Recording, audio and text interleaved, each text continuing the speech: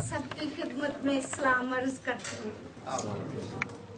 मेरा दिल शुक्रगुजारी से भरा हुआ सबसे पहले खुदा यीशु मसीह के लिए, जिसने मुझको खाली बर्तन को यहाँ पे खड़ा किया, और उसके बाद मैं अपने पास्टर साहबान और स्पिरिचुअल लीडर और इवन कलीसिया की शुक्रगुजार हूँ, जिन्होंने ये मुमकिन किया कि मैं डायस पे खड़ी हो सकूँ।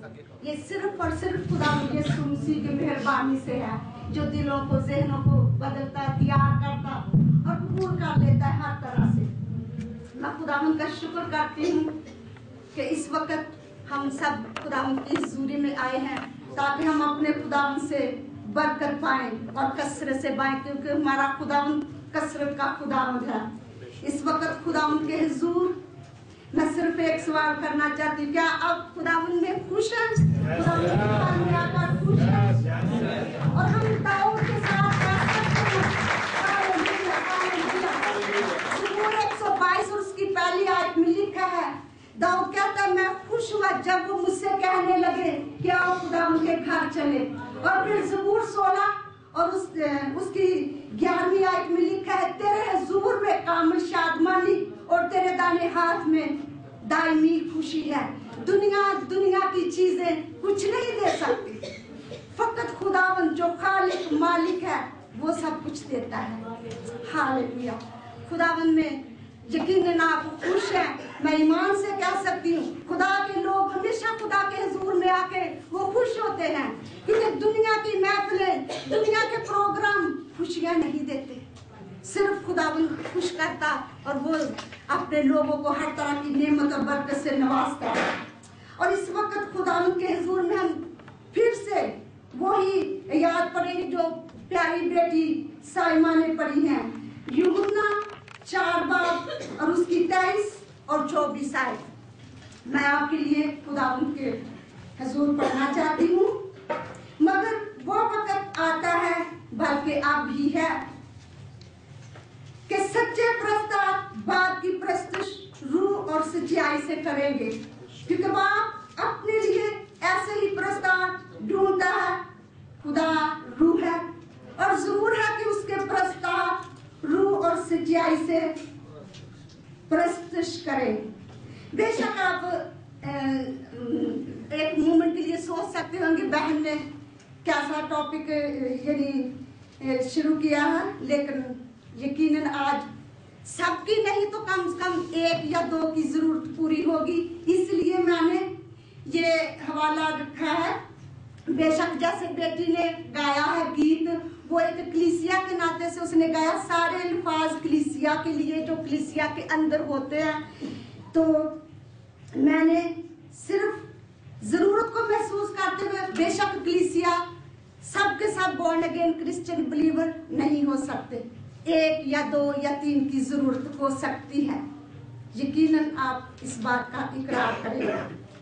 मैं एक और सवाल करना चाहती, क्या आप बता सकते कि खुदा यीशु मसीह ने ये अल्फाज किससे कहे, ये जो पढ़े गए 23 और 24 आयत? Yeah, thank you, Pastor Ji. I know, of course, simply I wanted to know. बेशक आज हम थोड़ा सा इन आयत पे गौर करेंगे।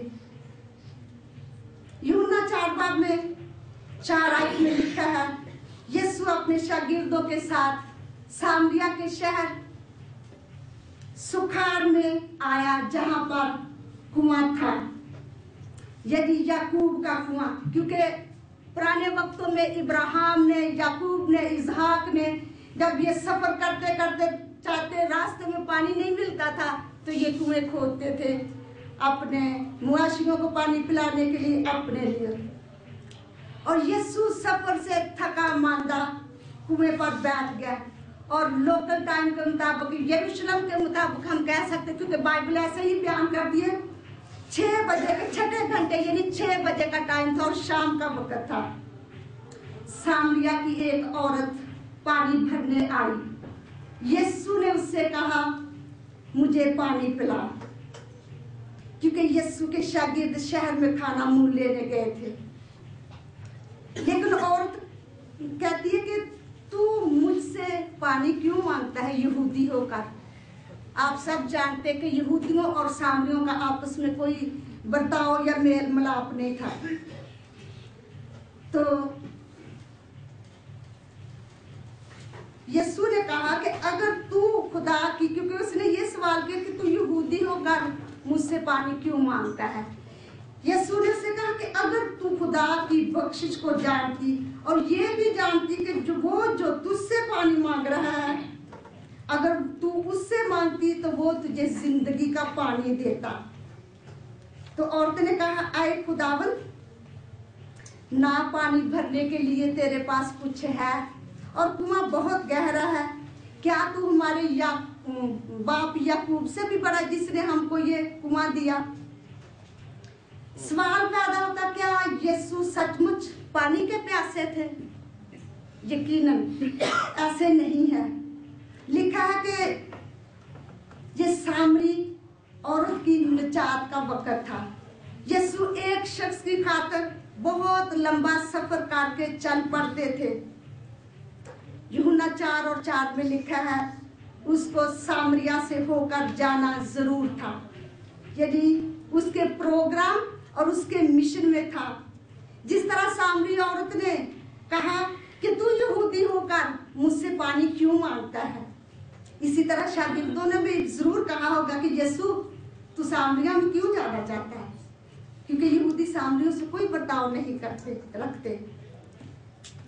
यूहन्ना 4:31 में लिखा है, जब शागिर्द खाना लेकर आए तो शागिर्दों ने दरखास्त की कि आए रबी कुछ खा ले। यीशु ने कहा कि मेरे पास ऐसा खाना है जिसे तुम नहीं जानते। मेरा खाना ये है कि अपने भेजने वाले की मर्जी के मुताबिक अमल करो। अगर यीशु को खाना खाने की भूख नहीं थी, उसने अपने शागिर्दों से कहा मेरे पास ऐसा खाना है, तो इसी तरह से उनको पानी पीने की प्यास नहीं थी। फकत सामरी औरत की मखलसी उसके छुटकारे की फिक्र करते हुए उसने कहा, जो कोई इस पानी में से पीता है वो फिर प्यासा होगा, बाकी जो पानी मैं उसे दूंगा वो अब तक प्यासा ना होगा, बल्कि वो उसमें एक चश्मा बन जाएगा जो हमेशा की जिंदगी के लिए जारी रहेगा। औरत ने कहा, आए खुदावन, मुझे वो पानी दे ताकि ना मैं प्यासी हूँ ना पानी भरने के लिए यहाँ तक आऊं। यीशु ने कहा, जाए अपने शौहर को बुला ला। उसने कहा, मैं बेशौहर हूँ।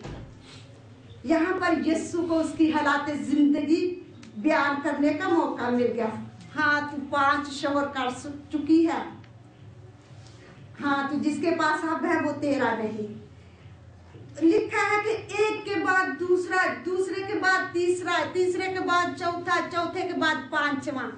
किसी के साथ मुतमय्यन नहीं थी, किसी के साथ खुश नहीं थी, क्योंकि उसकी जिंदगी में एक खला था जो सिर्फ और सिर्फ खुदा यीशु मसीह भर सकता था।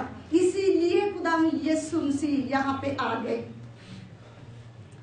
लिखा है कि छठे आदमी के साथ गैर कानूनी तौर पर गुनाह की हालत में रह रही थी। औरत ने कहा, आए खुदावन, मुझे मालूम होता है कि तू नबी है।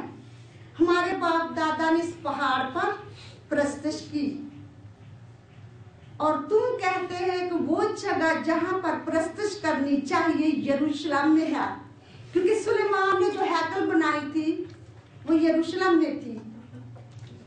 पहाड़ यरूशलेम एक मुश्किल जगह को, यानी एक ही जगह पे जो रहता है उसको जाहिर करता है। यीशु ने औरत से कहा, जवाब में कहा कि मेरी बात का यकीन कर, तुम ना तो पहाड़ पर प्रस्तिश करोगे ना यरूशलेम में। तुम जिसे नहीं जानते उसकी इबादत करते हो, यानी प्रस्तिश करते हो। हम जिसे जानते उसकी प्रस्तिश करते हैं, क्योंकि निजात यहूदियों में से है। और ये अल्फाज यीशु मसीह अपनी तरफ इशारा करते हुए कह रहे हैं, क्योंकि यीशु इतनी दूर से थका मांदा कुएं पर आ गया तो ये सच है, उसकी अपनी प्यास का सवाल नहीं है, निजात का सवाल है उस औरत की। वो जो दिलों और गुर्दों का जांचने वाला खुदा में, वो जो कुल आलम का पैदा करने वाला है, दुनिया का खालिक और मालिक है, वो यहाँ पे सामरी औरत की खातिर आ जाता है। यूहन्ना 4:23 और 24 को मैं फिर से पढ़ूंगी। बेशक ये बहुत प्यारे अल्फाज हैं। आप सोचते होंगे कि ये तो बॉर्न अगेन कलीसिया है, रूल कुद्दस से भरी हुई है, जैसे मैंने पहले जिक्र किया। हाँ, एक की जरूरत हो सकती है, 2 की, 3 की, 4 की। हम अपने अंदर देख सकते हैं सामरी औरत की तरह कहीं वॉइड है, कहीं खालीपन तो नहीं है। इसलिए कलाम को फिर से गौर से आप सुनिए। बेशक आपने बहुत लोगों से सुना होगा कि जब पोस्टमैन आता है खत लेके, तो ना तो पोस्टमैन की शक्ल सूरत पे, रंग पे जाए, ना ढंग पे जाए,